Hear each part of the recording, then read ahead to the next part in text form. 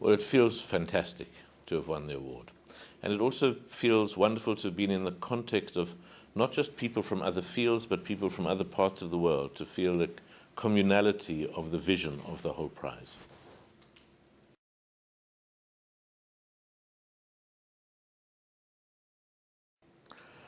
For me, it's always very important to find a strategy of working in which I don't completely have control.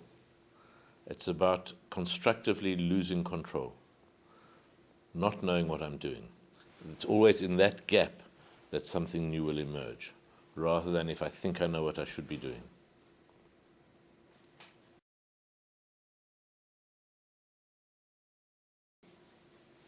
I think that, first, it's difficult to speak on behalf of all artists. I can talk of myself. I know that the task of myself and of other artists like me is to be in the studio, working as well as conscientiously as we can, in the hope that somewhere along the way, in the work that we make, there are elements that other people see, that reinforce things in them, that give courage, that give encouragement to understanding the world as something that we can control, that we can make meaning in it. And I think that is the only way in which, but it is a very vital way in which art is part of a larger ethical activity, but not in any instrumental way, only in the indirect way of being part of the constitution of different people, of how they make themselves up, of how they understand themselves.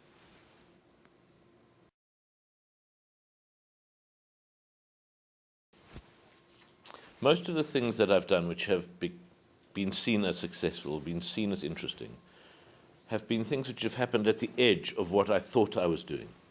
So, for example, when I started making the animated films, I tried very hard to do good erasure, but I failed. And I thought that this inability to keep the paper clean was just a lack, and I should do it better.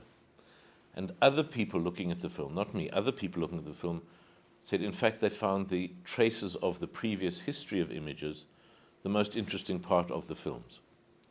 So that was something then I had to look at again from the outside and suddenly understand, yes, in fact, the films can be about the passage of time, about making the past visible and thick. So that's something that I came across rather than something I thought of. So I'm always very interested in the discoveries rather than the knowledge.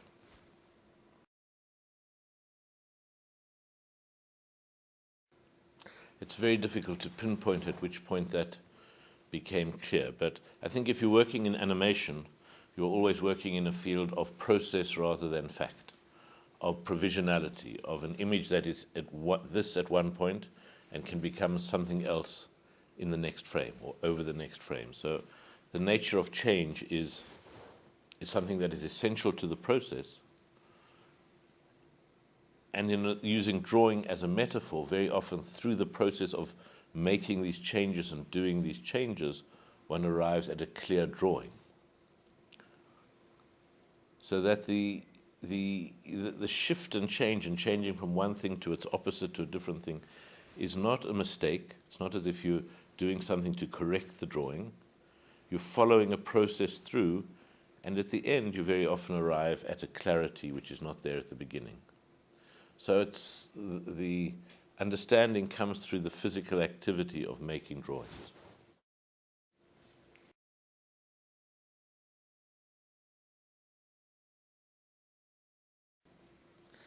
I don't know that you never find yourself sufficient, but when you find yourself sufficient, then there isn't really a need to make any extra part of yourself.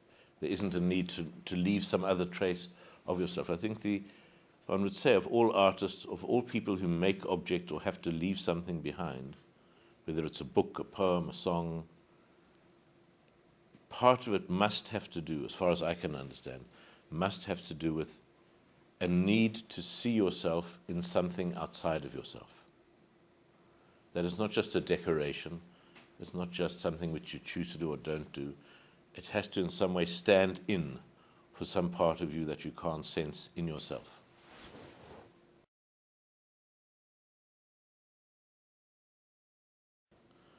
You see, I think if you encounter beauty, you encounter beauty. You see a beautiful garden. You don't necessarily have to make a drawing of the garden. You see a fantastic sunset, you don't have to record it, you don't have to make a copy of it. If you are even taking a photograph of it, it's part of you wanting to show it to someone else, part of it not being enough for simply you to remember it, part of understanding that we need connections to other people to feel full ourselves. And I think that what you have with artists is that in a very radical extent. There's a very huge amount that is missing in them. I think that artists are by nature kind of deformed people. They have a craving to know they exist by things they make.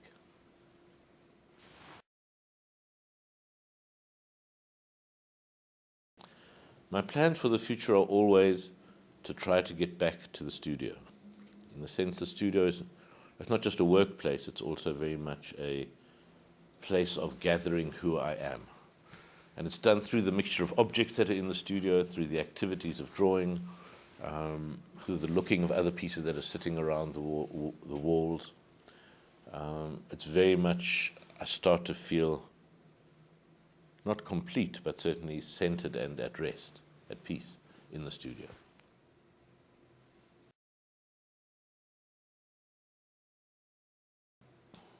I would say to people wanting to start off as artists, who feel a need that they want to make something outside of themselves, is to have confidence in the process, in the activity of doing it. To do it even if you don't know exactly what it is that you're going to be making. Because in the end, what you make shows who you are. It shows your fears and your desires. And if the work you do is very dull, that says something about the person making it. And if the work is very exciting, that says something about the person making it. So you need to have confidence in the process and confidence in yourself, but understand that you take the risk that everything you do will show who you are.